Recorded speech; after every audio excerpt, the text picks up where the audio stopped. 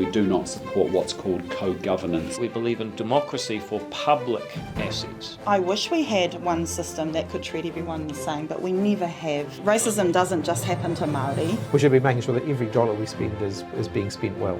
I think the National Party has the answers to take New Zealand forward. Our vision is a modern New Zealand. We are making changes to the law in that area.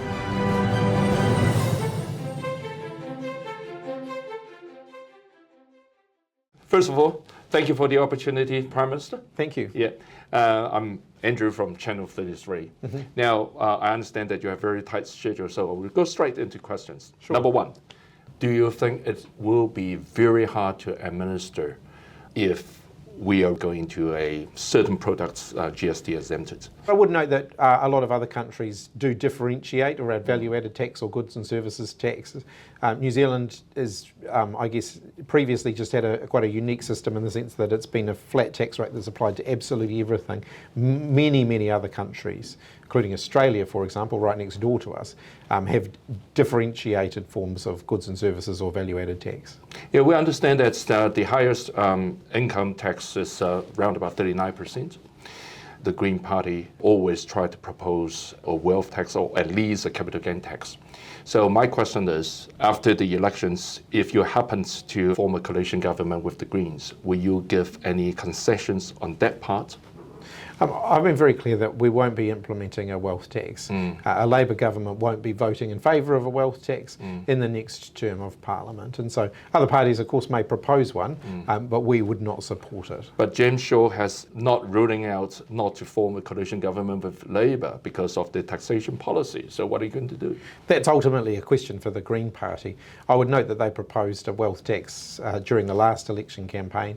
The Labor Party was very clear that we would not support a wealth tax back then. So this is not a new position for the Labor Party, it's a continuation of our existing position, and we've continued to work very constructively with the Greens in the meantime. We have heard a lot of reports with regards to the fiscal hold at the moment. Without having a higher tax or more tax, how is the government going to fetch the kind of revenue that is required to fill the gap?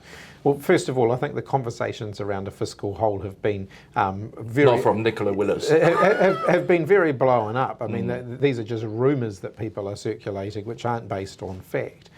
The reality, though, is that the government's revenue is going down. So we are seeing a smaller tax take at the moment, particularly in the area of corporate tax. And I think that reflects the state of the global economy and the flow-on effect that that has to New Zealand. So the government needs to make careful decisions about how we balance the books. That doesn't mean that we need to go on a dramatic cutting exercise, but it doesn't mean that we should be looking, as we always do, for any areas where there could be savings, where we can get greater efficiency out of the public service and out of the spending that we have at the moment. That's something that governments should do as a matter of course, whether the finances are tight or not. We should be making sure that every dollar we spend is being spent well. Are we? We're always looking for areas where we can improve. In this year's budget, about $4 billion of spending was reprioritised, and that was work that I started as soon as I became Prime Minister. We want to make sure that we're spending money in the most effective way possible. Recently, I understand that the government has reached pay settlement agreements with the education sector and also with the healthcare sector. My question is, how come all in a sudden the government managed to come up with that much money? So these have been very long processes with both the teachers and the nurses, and ultimately they were decided through, in the case of the teachers, it was an arbitration process. So we went into that, we're an independent referee, took a look at what the teachers were asking for and took a look at what the government was offering and came back with a recommendation.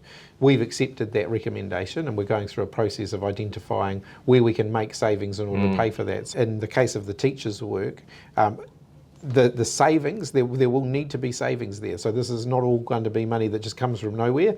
You know, some of the money will come out of future budgets, so future spending allowances in the budgets, but actually some of it will come from savings. In the case of the nurses, there were two things. One is they've just settled a collective agreement which gives them a pay increase. But the other was pay equity. And so that has been a system that the government has put in place to really address long-term historical anomalies that workforces dominated by women have been paid less than comparable workforces that have been dominated by men. And so that's actually where the biggest pay increases have come from. And we set aside a contingency in the budget to pay for that some time ago. But there's been obviously a long process we've had to go through in order to be able to get that money to the nurses. Law and order. Now, recently Labour announced a series of anti-crime measures. Do you agree that parents or guardians of the minor offenders should also be held legally responsible to a certain extent? The changes that we've made, or that we've proposed, that we've announced recently around changes to the family court processes and changes to the sorts of conditions that can be placed on young offenders, do recognise that families have a greater role in keeping these kids out of trouble and on making sure that where they do get into trouble, that they don't go on to continue to repeat that cycle of getting into more and more and more trouble. But they're not held responsible, are they? So we are making changes to the law in that area that will allow the family court some more tools around what they can require families to do. Now, New Zealand and China relationship. I understand that you've been to China very recently and a very successful trip. But last week, our Defence Minister Andrew Little announced the defence policy statement. In the policy statement, it actually named China a number of times and stated that China has the potential to pose some risks within the regions. So do you actually believe that kind of statement will actually trigger some unhappy relationship between the two countries? I think people need to consider what Andrew Little was talking about, the context in which he was talking about it, and I think one of his comments could be read a number of different ways, and so I think it's important that we acknowledge that the relationship between New Zealand and China is incredibly important, that I believe that the relationship between New Zealand and China is in good heart, but that we do have areas where we will from time to time disagree. And I think it's important to the strength of our relationship that we'll continue to express those areas where we disagree, but those areas of disagreement don't need to be the only thing that defines our relationship. Actually, our relationship can be more defined by the areas where we're working constructively together. He did mention about we have to be a bit careful or cautious with countries that are not sharing the New Zealand's same value. What does that actually mean? Does he actually talking about China? Well, we've spoken publicly about issues around human rights, for example. And those are areas where we disagree in some cases with China, and we've been open about expressing concern in those spaces. Are you planning for another trip to China? I certainly would like to go back and visit China again. I've indicated that if the election, delivers me back into government and the Labor team back into government, that I intend to make trade missions, so leading trade delegations, a priority for my time as Prime Minister. Talking about elections, recently the opinion poll, most of them actually pointing Labor is actually dropping at the moment. How confident are you on the 14th of October? I'm feeling very confident and optimistic. The last 6 months, we've seen the government has done so much to settle pay dispute between different industries or different sectors. However, can you explain why the support for Labor in different opinion polls is dropping? Well, opinion polls are opinion polls, and there's actually only one poll that really matters, and that is the poll that happens or that gets counted on election day. Okay. I wish you well, Prime Minister. Thank you very much. And I wish your Labour Party well on the election night. Thank you. Thank you. Cheers.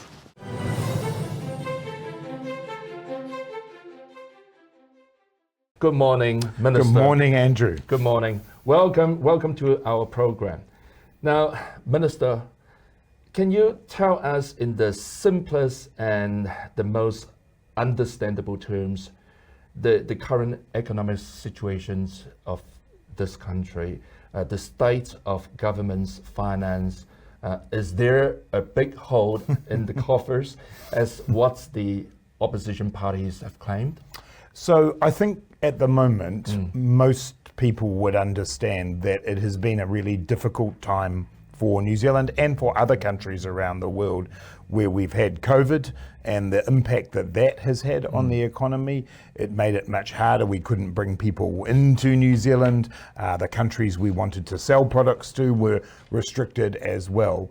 And from that, we have seen inflation rise and we have seen interest rates rise. And that has put a lot of pressure on households and businesses. But what we are now seeing is that we're turning a corner to something better.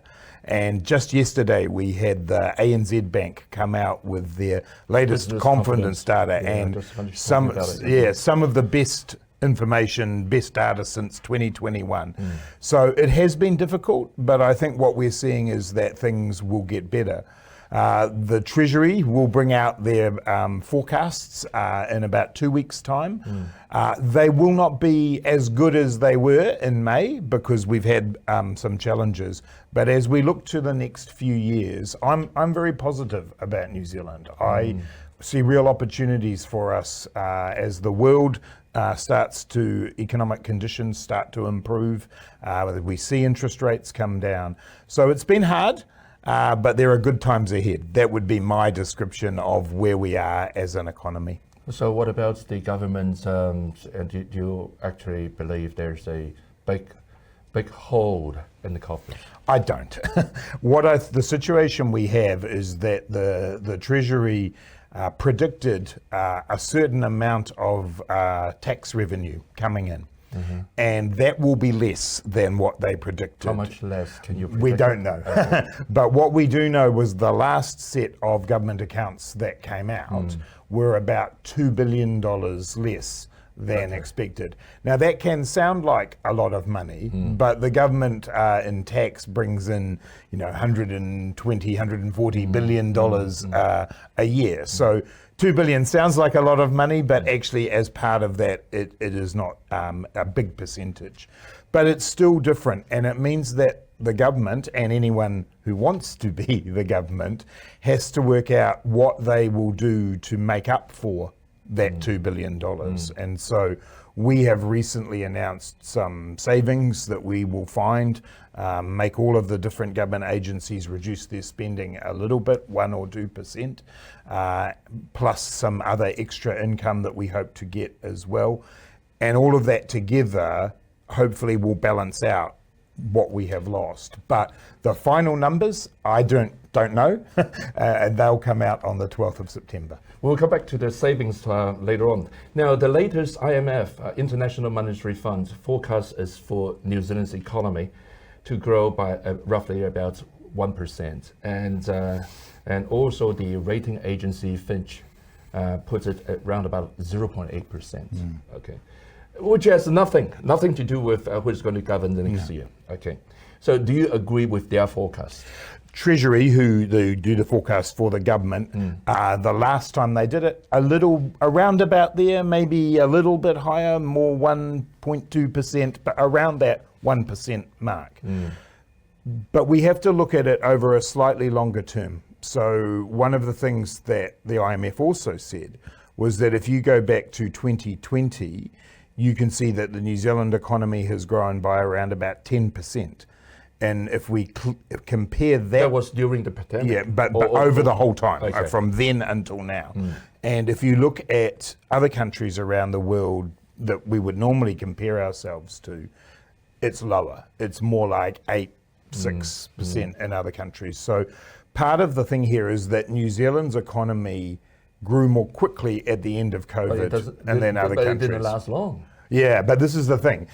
Other countries were very slow and have now grown. Overall, on average, we're still doing okay relative to the rest of the world. But yes, those numbers, are around about what most people are predicting for the next year. But then the year beyond that and the year beyond that, we begin to grow more. So that's why I say it's been hard, and that is reflected in those numbers. But New Zealand is still a country that is producing things that the world wants to buy. It's still a country that has got innovation and new ideas. And so I see those growth numbers over the next 2-3 years growing a bit more.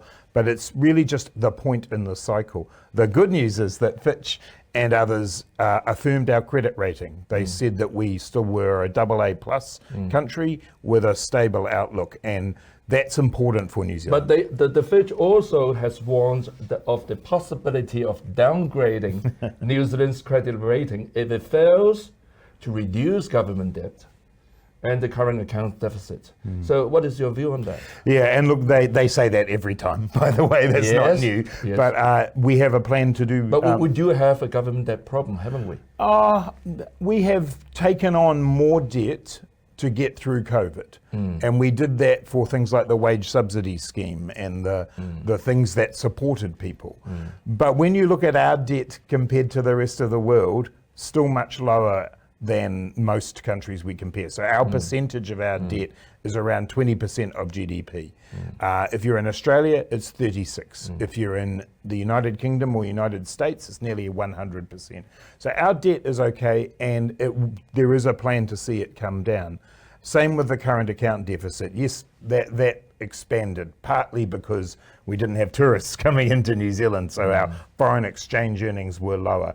That is also forecast to come down. So yes, you're right, that is Fitch were warning about that, but you also have to read the other half of the document where they were more positive, and they said the government is a responsible manager of our money, that over a period of time they can see that we've got that plan. So yeah, this is how the ratings agencies, they say the positive, but they also say what the risks are, and we have a plan to manage those risks.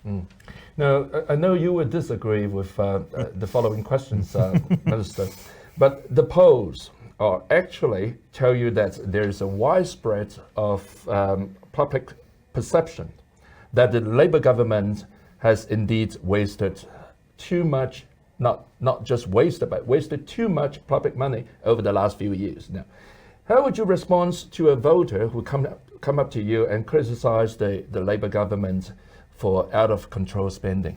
Yeah, what I think you have heard about this many times. Occasionally people have raised it Occasionally, with me. Really? Yeah, well, okay. Yeah, but for me, it is about remembering what's happened in the last few years.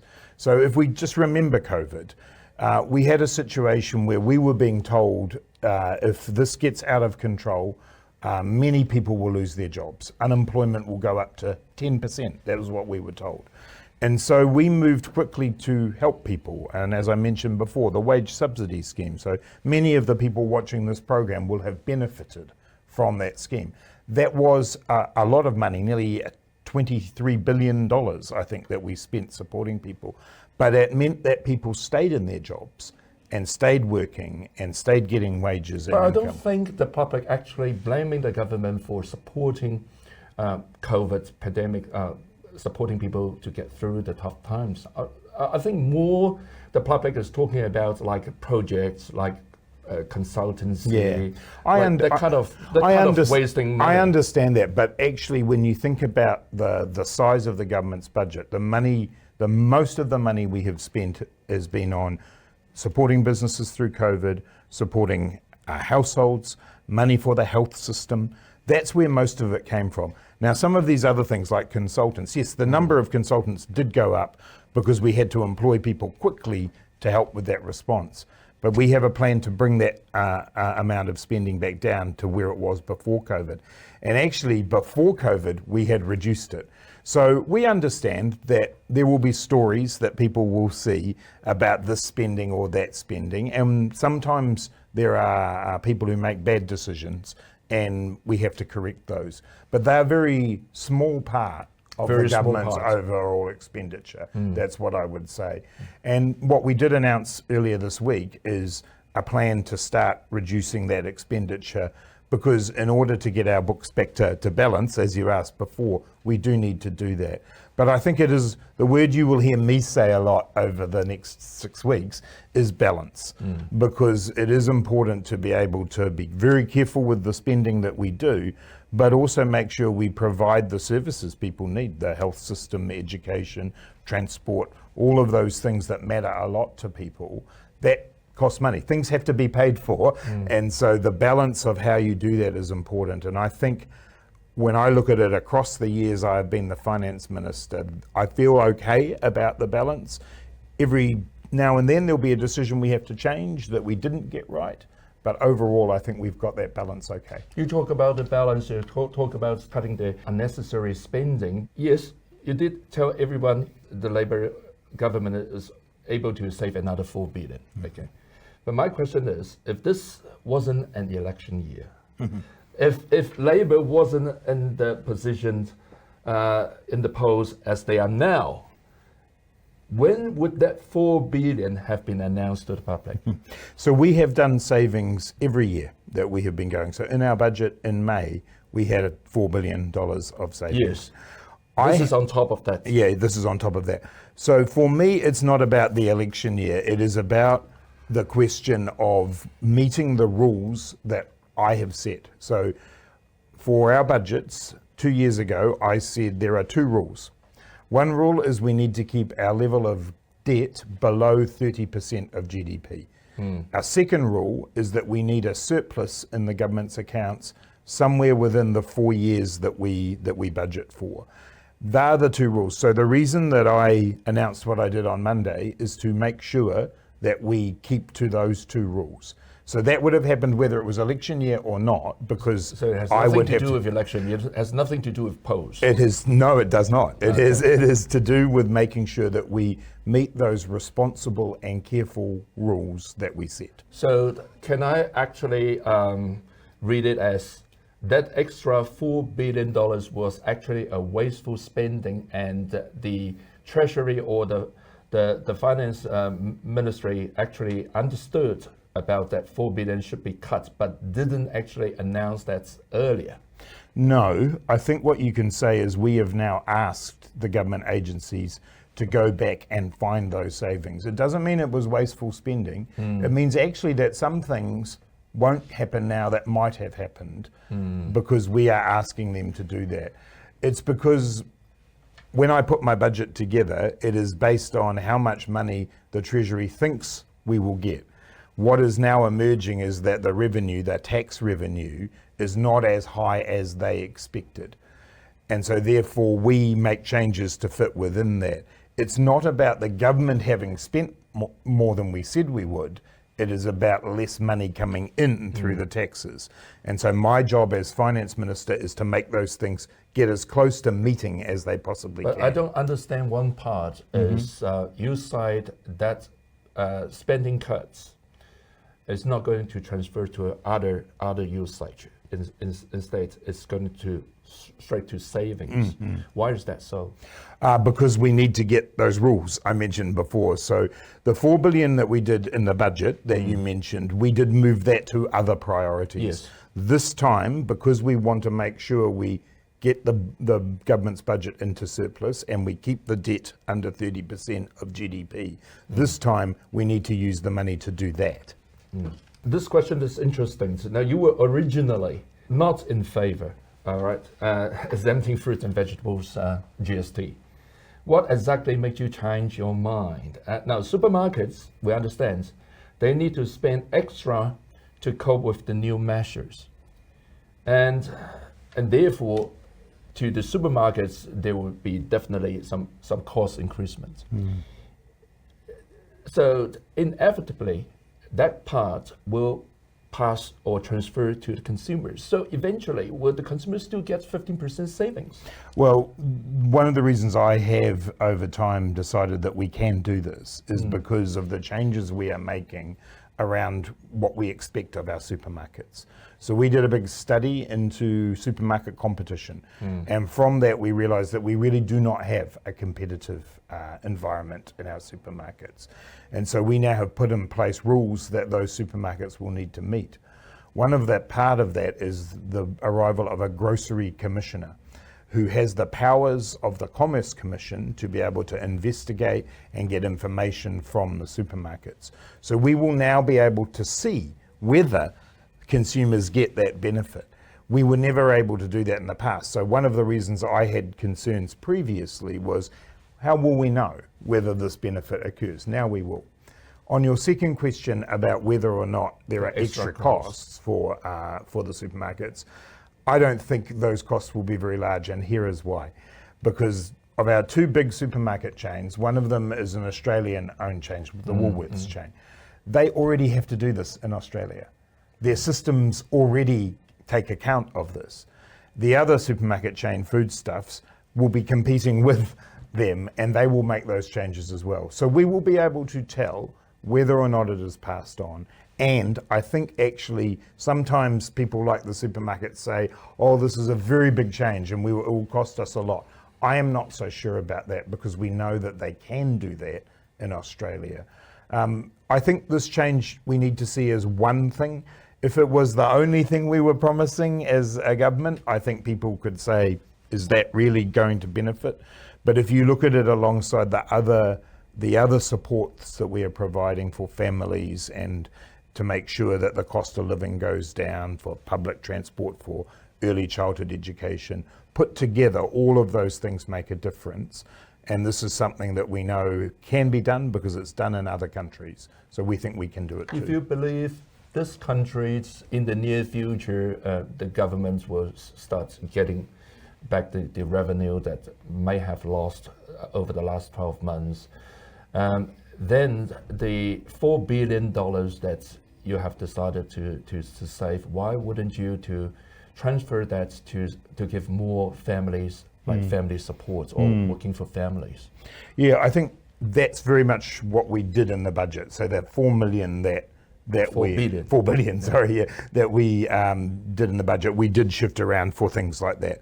This time, we need it to help us balance the accounts. So we will, one of our initiatives we announced the same day, we announced the GST of fresh fruit and frozen fruit and vegetables. We also announced an increase to the working for families. So we are trying to do both. Okay.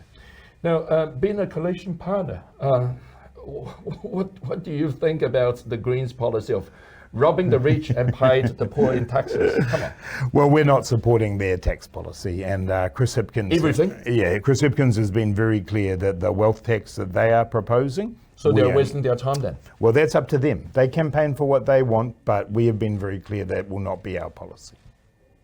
So not even a single policies will be supported. How are you going for to that tax expect, policy? That's. But I mean, how are you going to expect them to compromise for not adopting any of their tax policies and still forming a coalition party with you? I think for two reasons. The first is we have had negotiations with the Greens before when we were in government in 2017. And I think everybody understands that when the votes are counted, the larger party does make some of those big decisions, things like tax and who the finance minister is and things like that. There are other policies that the Green Party and the Labour Party share and will be much easier for us to work together on. But Chris Hipkins has been very clear that we will not be adopting that wealth tax policy. But there are other things that can be discussed. Let's say, for example?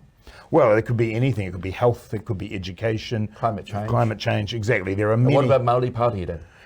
Similar conversation. The Māori Party have a different tax policy. They have one that is more on the GST and so on, taking that off more things. Again, we have said what we are doing on tax, and for us it's important that people know that is what Labour is committing to. But for the Māori Party, they will have other issues they will bring to the table as well. New Zealand has been doing this since 1996 with MMP. We have had one election now, the one we've just been in, where it was one party. Yes. I think, the polls would tell you no party will be able to govern on their own. So everyone will have to make agreements, but there are certain things that we have said that will not be part of us changing, and one of those is not adopting that wealth tax. Okay. Here are some 3 simple yes and no questions for you, Minister. Number 1, parliamentary term changed to 4 years. Yes. Okay. It sounds like every politician that I interview say yes. And nobody disagrees. I know, but I think politicians. Why wouldn't we change that earlier? Yeah. I think politicians feel that if we propose it, it looks like we're trying to benefit ourselves. So, Andrew, you need to lead a campaign to change it to 4 years. No, I disagree. We'll make you that. I disagree. 4 years. Maybe 2 years is enough. Okay, now the second question is lower threshold for party votes to 3.5%. No, I don't support that. I'll say no. It's yes or no. Yes or no? No. No, you don't. I think that one of the things that gives us more stability is that you have to reach the 5%. But I thought MMP was supposed to let more small parties to get involved because every party has different representations. There is a balance for me. You look at other countries who have a similar system overseas, in Germany and in Europe. Thailand, Yeah. 8 parties. And it's very hard to run a government. Lots of changes, lots of elections. So yeah, I think So one party is no good, and too many parties is no good either. always balance. Yeah. Okay. Now the third question is lower voting age to 16. So we have put a proposal for local government, for city councils to do that. That is as far as we are going Why? at the moment. Why just local governments? Because I think it's a way of understanding how it will work before we think about it for central government. And we got a decision from the court that said that there was inconsistency with our Bill of Rights by doing this. We have talked to other political parties, and we think that there is enough support for local government, but not for the general election at the moment. Okay. Right. Now, finally, this is a hypothetical question for you, Minister. Would you still stay in politics if Labour had lost this year? I'll decide that after the election. I really haven't thought about it So yet. you're not firm at this stage? I think I'm at the stage of my political career. I've been in Parliament for 15 years. That after each election, I will make my decision. I definitely am here to win and to be the minister for the future. If we did lose the election, I would then think about what I would. Yeah. Honestly, do you think Labour still has a chance? Yes, absolutely, I do. This will be a very close election. Well, say for example, if Labour had lost this year, would you ever consider to replace Chris Hipkins? No, I think You wouldn't say, hey. no. But I've been very clear when Jacinda Ardern left that I made very clear. Why?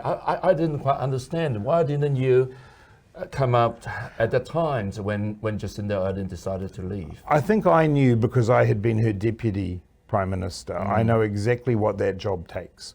And I work very hard doing the job I do now. And the extra 10 or 20%, I know you have to be able to commit all of that. And I feel strongly that I am the right person to be the finance minister, but that job was better for someone like Chris. And I think he's doing a good job. Okay.